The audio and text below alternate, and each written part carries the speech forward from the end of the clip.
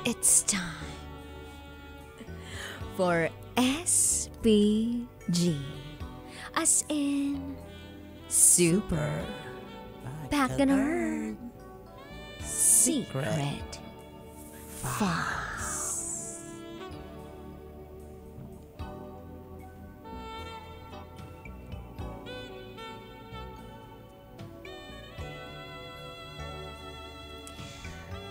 Akala ko, hotdog.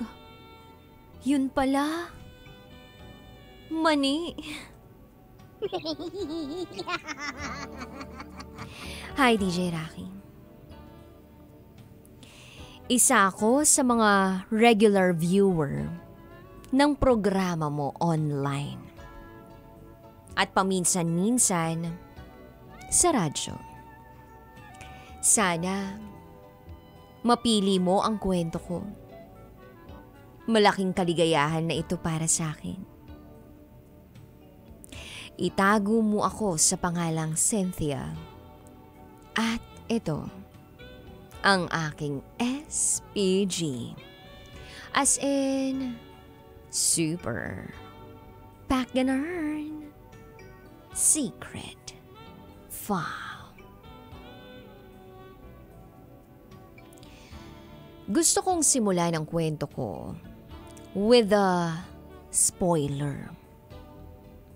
Nakapagjowa ako ng kapareho kong babae. Pero technically, hindi siya isang full-fledged Moor. Lesbian po siya. At medyo natagalan muna bago ko nalaman ang totoo. Bukod sa hindi niya agad ipinagtapat sa akin, siguro mas napansin ko ang ugali at personality niya kesa sa gender niya. Maalalahanin kasi siya. Mabait. Yes. Masipag. Kasi kahit hindi nakapagtapos ng pag-aaral, naitataguyod niya ang pag-aaral ng kapatid niya. Wala na rin kasi silang mga magulang. Hindi lang yun. Magaling din siyang dancer. Yes, magaling din siyang dancer. Kaya madalas siyang sumali sa mga dance group competition. Matagal na siyang miyembro ng dance troupe sa lugar namin.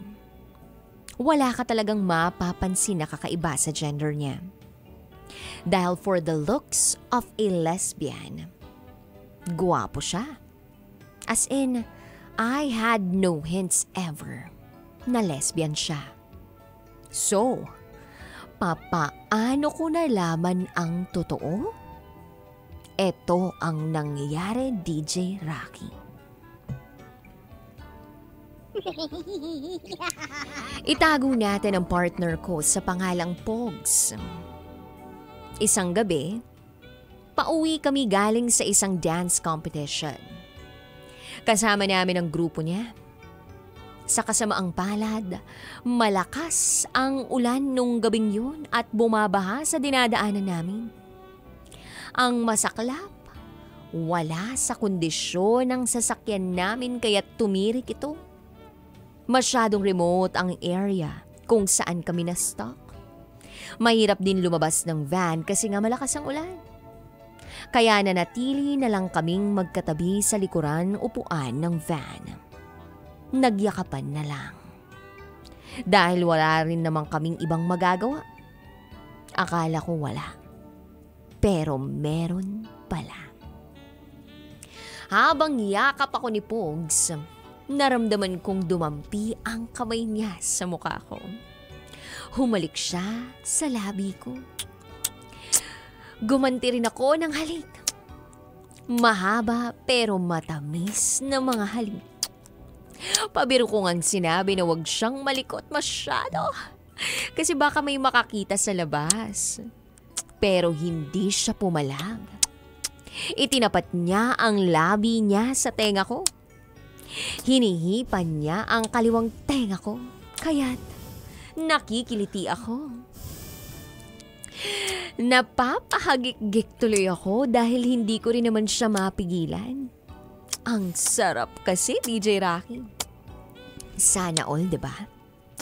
Natagalan siya sa paghalik sa tengo ko kaya lahat ng balahibo ko sa katawan nagtayuan na.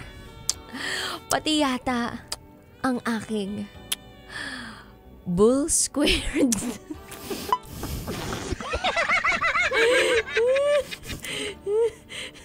Tumayo na rin. Iba si Pogs sumalik. Alam niya kung saan ang kiliti ko. At para lang makaganti ako sa kanya, ako naman ang naglambing sa kanya. Binuksan ko ang polo niya. Dahan-dahan kong tinanggal ang mga botones nito sa pagkakakabit. At ipinasok ko naman ang kamay ko sa dibdib niya. In-explore ng kamay ko ang dibdib niya at nakapa nito ang 2 munggo ni Pogs. Kinapa at dinampian ng daliri ko ang mga munggo niya kaya't panay ang ungol niya ng... Yan yung ungol na parang nilalabasan siya. Nilalabasan ng matigas na kulangot sa ilong like yan. Ako naman, hinayaan ko siyang umungol ng umungol. Biniro ko pa nga. Ano, Pogs? Naninibagas ka na ba? Hindi umimik. Umungol lang uli. Kaya hinubad ko na ng tuluyan ang polo niya at isinubo ang kanang munggo niya sa dibdib. Bawat halik ko, may katumbas na. Isip ko, sige, mamaya, iba naman ang isusubo ko. So, ayun na nga. Nasarapan na siya. Kamay niya naman ang naglaro. Pinasok niya ang kamay niya sa ilalim ng palda ko. At doon ay nakipag-hide and seek. Nahanap ng kamay niya ang wet market. Yes, nahanap niya ang wet market ko at naglaro ang kanyang mga daliri. Nag-ukay-ukay sa loob. Siyempre, gumanti rin ako ng... at... Oh.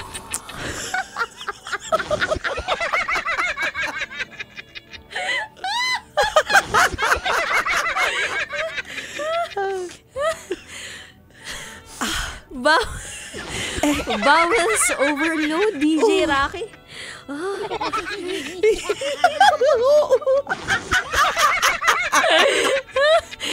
Huwag naman sanang humantong sa bowel movement. Kasi kanina pa ako nakakaramdam ng kaba sa tiyan ko. Basta, masarap na andun ang kamay niya.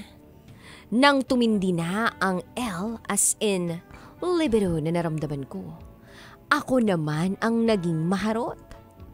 Dali-dali kong binuksan ang zipper ng kanyang salawal at ibinaba ito. Yumuko ako para sanang magserbisyong legal sa kanya. Kaso, ako ang nagulat. Kinapa ko ang puso niya. Wala. Wala akong nakapang hotdog, DJ Rocky. Yun. Pinasok ko ang kamay ko sa undergarment niya para ikumpirma pero wala talaga akong nahanap. Kinapa ko ang ilalim at sa wakas, doon ko nakumpirma ang kinakatakutan ko. All the while, nakapakit pa si Pogs at nag-aabang sa serbisyo ko. Umupo ako ng tuwid at sumigaw. Pogs! Walang naninigas! Bahay ka rin pala. Akala ko may hotdog ka. Yung pala may mani ka rin gaya ko. Ba't nalilihim sa akin to? Bakit? Sana sinabi mo noon pa. Sana hindi mo na lang ako pinaikot. Nagulat siya sa reaksyon ko. Hindi siya agad nakapagsalita. Buti na lang, kami lang ang nasa sasakyan noong moment na yun dahil bumaba yung mga kagrupo niya para tumulong na ayusin ang van. Kung nagkataon narinig nila ako at hahantong sa malaking eskandalo ang lahat-lahat. Kumalma muna ako at ipinaliwanag rin niya sa akin. At ang sabi niya, Cynthia, sorry, akala ko, alam mong tomboy ako simulang sapol. Hindi ko sinasadyang maglihim sa'yo. Hindi mo ba nahalata sa umpisa pa lang? Sumagot ako ng, Gagi, hindi. Gwapo mo kaya. Tsaka wala ka namang boobs. Boses mo panlalaki naman. Wala akong idea na babae ka, na tomboy ka. Noong mga sandaling yun, parang na-realize kong ang tanga-tanga ko. Wala man lang akong naging hinala sa sexuality ng jowa ko. As in, wala. Hindi sumagi sa isip kong baka tomboy siya. Nung gabing yun, naayos naman ang van at nakauwi kami safely. Pero para akong naging ice. Kasi wala akong kibo. At ako yung nanigas. Nanigas sa sariling kahihiyan. Pagkatapos ng nangyari, nakipag-cool off muna ako kay Pogs. Hindi ko agad natanggap ang katotohanan na lesbian pala siya at nagmukha akong inutil na hindi ko agad yun napansin. After a few weeks, tinanggap ko si Pogs. Tinanggap kong lesbian ang jowa ko. Hindi niya intentionally nilihim sa akin. Hindi ko lang talaga agad na-realize. Mea culpa, ako pala ang may sala. Fast forward, kami pa ring dalawang magkarelasyon. 11 years na kami magjowa this August. Naiisip namin mag-adopt ng bata para naman makapag-build kami ng sarili naming pamilya. Alam ko namang hindi kami pwedeng ikasal dito sa bansa natin.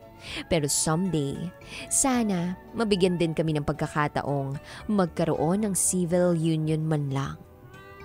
We believe that true love deserves to be inclusive. That true love exists in relationships that are beyond ordinary. And that true love transcends beyond mere sexual organs.